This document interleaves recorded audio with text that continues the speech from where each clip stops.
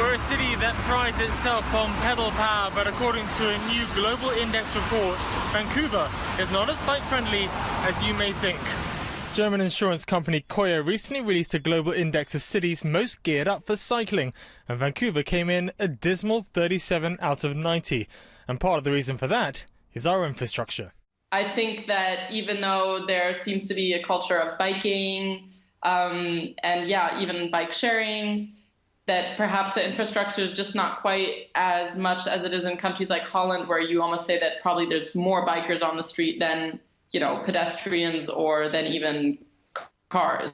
In fact, the only other city that was ranked in Canada was Montreal, who came in above us at 18 out of 90. And one of the reasons for that was our number of road-related accidents.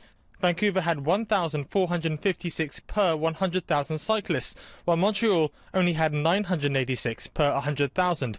And it's for these reasons that cycling advocacy groups are calling for change. So much has changed in the past couple of decades that those of us that got our driver's licenses 20 or more years ago have never been taught what to do on certain infrastructure that didn't exist back then. So updates there would be very welcome. And there's another reason why Vancouver isn't as bike-friendly as you might think.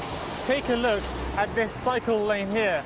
As you can see, it's telling you to go right, and you go across the main road and onto oncoming traffic. The cycle lane actually ends, and it's these gaps in the network which advocates are saying makes it dangerous for all road users.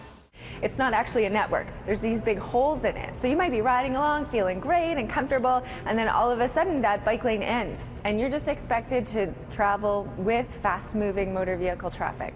Yet despite these holes in our network, reports show that each year the number of cyclists across the city of Vancouver is increasing, and that actually, when it comes down to it, there's safety in numbers. And the more people that are cycling, the safer you are. It's a trend called safety in numbers, and you can see it all around the world. The more people out biking, the more that drivers know to look for them, they know how to act around them, and so it improves safety for all road users. But if we want to get anywhere near European levels of bike infrastructure like Holland, we'll have to do a lot more than just build cycle lanes. There, people would never call themselves a cyclist.